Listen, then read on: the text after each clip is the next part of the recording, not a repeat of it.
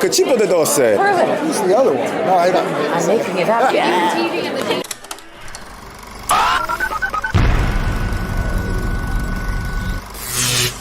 When two best friends pretend to be DEA agents, their lives turn into utter chaos. Kristen Maldonado here from Pop Culture Planet, and we're at the premiere of Apple TV Plus's Dope Thief. What was it about this story, this book, that you wanted to adapt and bring to the screen? Because I know, you've written incredible stories like The Hunger Games Mockingjay, Top Gun Maverick, but this is your first TV show. So what made you go that jump? So I felt like it was really outlandish, but at the same time I could see how it was totally real. And Dennis DeFoya wrote a great book. It's really grounded in Philadelphia. This was based on articles he read of guys really doing stuff like this. And I wanted to get back into just pure crime writing with 8 episodes, enough time to live with all these characters and see what their lives were, and basically characterize people that normally would have been supporting in the crew. Like if this was a regular crime movie like Thomas Crown Affair, one of those old ones, they would have kind of been the driver and the bag man and something else. I wanted to just be completely in on them and what the decisions they were making really were in the midst of that. Yeah. I love that. And how did you find, your two leads? You have two incredible guys balancing off of each other. How did that come together? So Brian was just our first choice. We heard he wasn't reading. We heard he didn't want to do TV anymore. I'm really grateful to his manager and producer that made him read it, and we got him right away. After that, Wagner came later. It was the same thing. We didn't think we'd get him, but he responded right away. He kind of wanted to play, after playing Pablo Escobar, the other side of the whole drug traffic and somebody who was rolled over by it and suffering. And their chemistry was incredible immediately.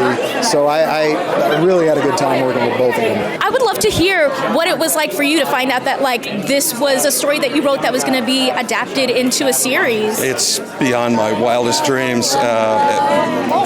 For any achievement for the book, it was a very small book, and the fact that it found a home after that period of time I owe 100% to my management, and it's just been an amazing process, amazing to watch. Peter Craig is a real genius and a wonderful, generous man, and so it was great to meet the actors involved and all of it. Just a blast. One of the things I really loved about your character was sort of like the turmoil he feels about being a good person versus being a bad person, and I was wondering if you could speak to that. Yeah, he's such a conflicted soul, right? You see, he spends the entire show just trying to get out of that cycle of violence that he was thrown in. But it's a very tragic character, because in order to do that, he has to sort of break up with the person that means most to him, which is Ray. So it's a very tragic character, and he tries to do that through religion, through drugs, he sees that Sherry is his way out of that situation, but he really can't do that. We all have been in a situation where we know what's the right thing to do, but we just can't. And that's just tragic. It's almost like Shakespearean, like Romeo and Juliet, their relationship. Absolutely, and it is a love story. It is a love story between these two dudes, and that's another thing that I love about the show, because these characters, it is a very violent show. There's a drug trade and everything, but they are not the stereotype of the heroes of action crimes shows. They're not tough. They're not they just want a way. Man is probably the most vulnerable character I have ever played in my life. Very emotional, and like many Latinos and black men that were thrown into this cycle of violence that they cannot. The population that's incarcerated, they were incarcerated since they were 15.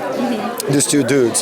So I like a lot. The thing that I love most about the show is that they are not the stereotype of the macho. They represent many kids that were told that their value was their value.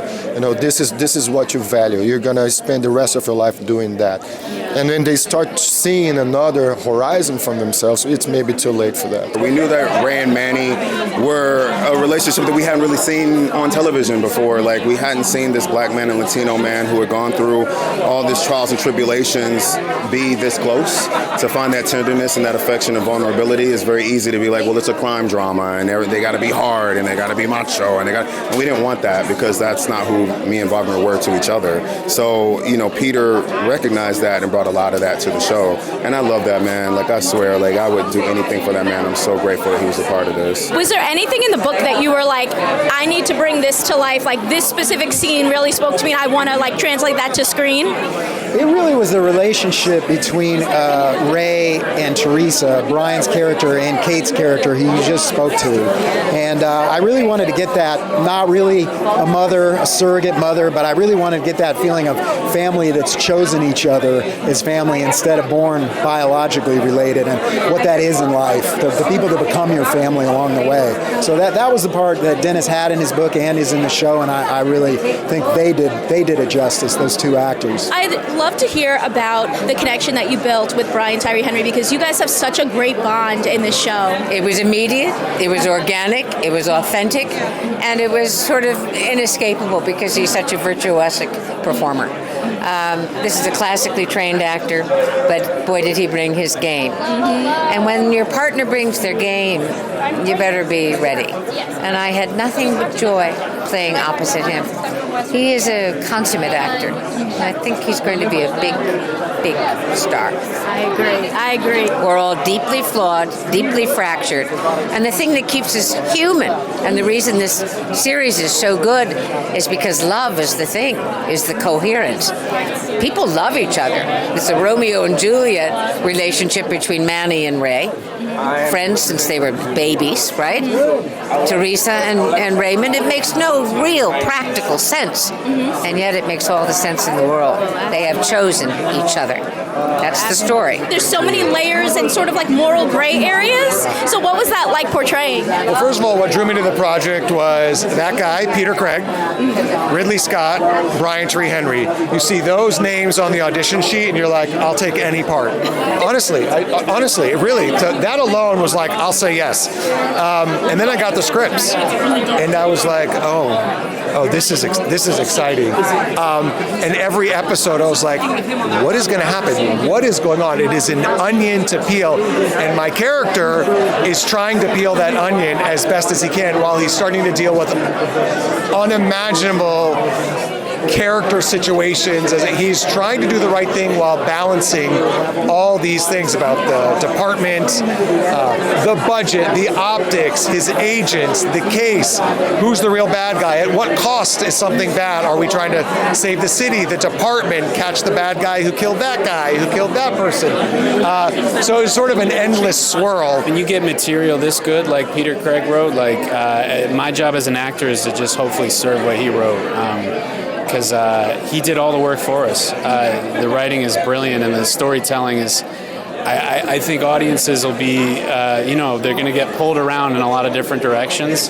So for me, it was hopefully just, serving the beautiful script that he wrote. As a testament to the writing, when you get scenes, I had a lot of scenes opposite the Great Marin, Ireland, and Apple and the directors were so supportive that we could do the scenes a bunch of different ways and just let them run. And Peter's like, oh, I love that. Let's try that. So it really was like a playground. Peter Craig and I talked through the whole arc of the character, so it was definitely about mapping my process through the whole 8 episodes. And not to give I don't want to spoil anything though, but it was about kind of pacing myself as we went and preparing kind of physically and emotionally for all of those steps. Oh yeah, I feel like there was a lot, like physically but also like vocally, like you had a lot of things you had to prepare for. Yes. And emotionally, I feel like your character is this person who feels like she has to be strong for everybody, and I feel like that's like very relatable. So was that something that you were able to connect with? It was, unfortunately, or fortunately, I guess. But yeah, I could really connect to that. I think she's a woman who feels pretty alone and has been grappling with some really profound grief. and isolation and loneliness for a really long time, and just had to keep pushing that down to get through the day. And that's very relatable, I think, for the world we're all living in. There was a line that your character had, basically talking about, not knowing about, the prison system that, her lover was in. And I just thought it was so funny because you obviously, were on know a lot about prisons. Seasons and seasons of Orange is the New Black. Yeah. So what was it like kind of being on the opposite side of that? Not so opposite. Not so opposite. In a gritty, dark world. True. Same streets, Galina Reznikov and Teresa Bowers. Very different personalities. Yes. Teresa's lived experience is much different. She has a kind of unconditional love for Raymond. She is obviously his de facto mother. I'm white, Brian's black. But I have never stopped loving the father, played by Ving Rhames, Bart. So my whole thrust is one of allegiance, loyalty, and unconditional love. That's it. Did you have a favorite scene to bring to life? Oh man, favorite scene. Okay, I did have a favorite scene because on my actor list of life goals, I had a folder acting, like they do in Law and Order, where they come in with a folder and start pulling things from it. And I actually got to do that in this show, which was super fun for me.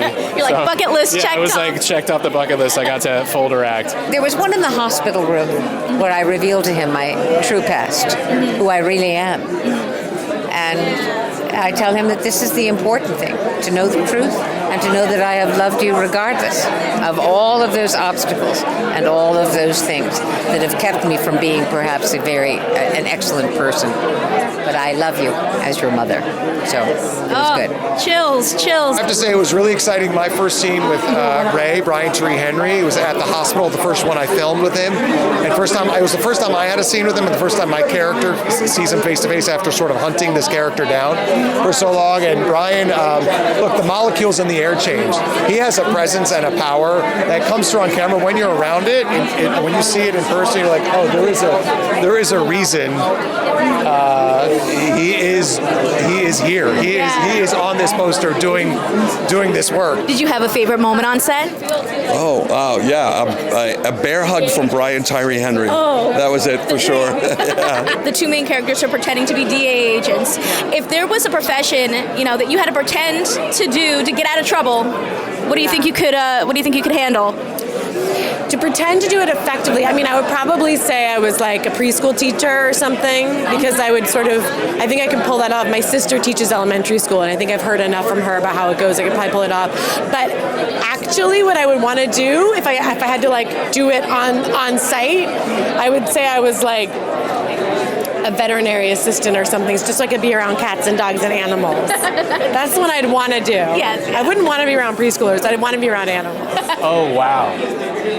Maybe a chef, because I love the bear. I think it'd be super fun, but I don't know that I'd be good at it. But I'd love to be able to fake it, and kind of, have people call me chef. That would be fun. Yes, chef. Yeah, that's right. Acting? Fake? No. It's so funny. I actually, as an actor, I got to play law enforcement. I've played doctors. So really, you're training for this to play anybody, to be in any situation. Writer, showrunner, director, producer. I'm pretending I was good at that one for 30 years now, almost. So, thank you. I think you've had some success in that. Yeah, I'm still pretending. I'm going to keep fake it till you make it. I'm going to keep pretending. Your character does have a partner in crime in the show. Who is your partner in crime, in real life? My fiance, Steve. He's here tonight. He's my partner in crime and in all things legal as well. He was my college roommate. He was my officiant at my wedding. I've been in a lot of jams with him. We broke into a zoo together and got arrested in college. We shouldn't have done that. It's a tough thing to spend some time in jail for. His name's Dean, if he ever listens to this, but that's the guy that can get everybody out of a lot of jams. He's my fixer. And my brother Robbie, we'd be pretty good, I think. We'd be a good team. My fiance, Kathy. There's no BS. So call me out right there, night and day. Who would I trust to get me out of a bad situation in my life? Yeah, your partner in crime. That big guy behind me, maybe. I consider everybody I love a partner in crime. I think we're all sort of petty criminals, aren't we? Aren't we this close to a banana peel? Aren't we really? Dope Thief Have you ever like stolen anything that you want to confess to right now? Oh my God. Yes, I do. When I was a teenager, 17, I was in Dublin, Ireland, which is my last name. And I did not have any cash on me, and I really wanted a souvenir, and I stole a Zippo lighter. Get her right now. In Ireland.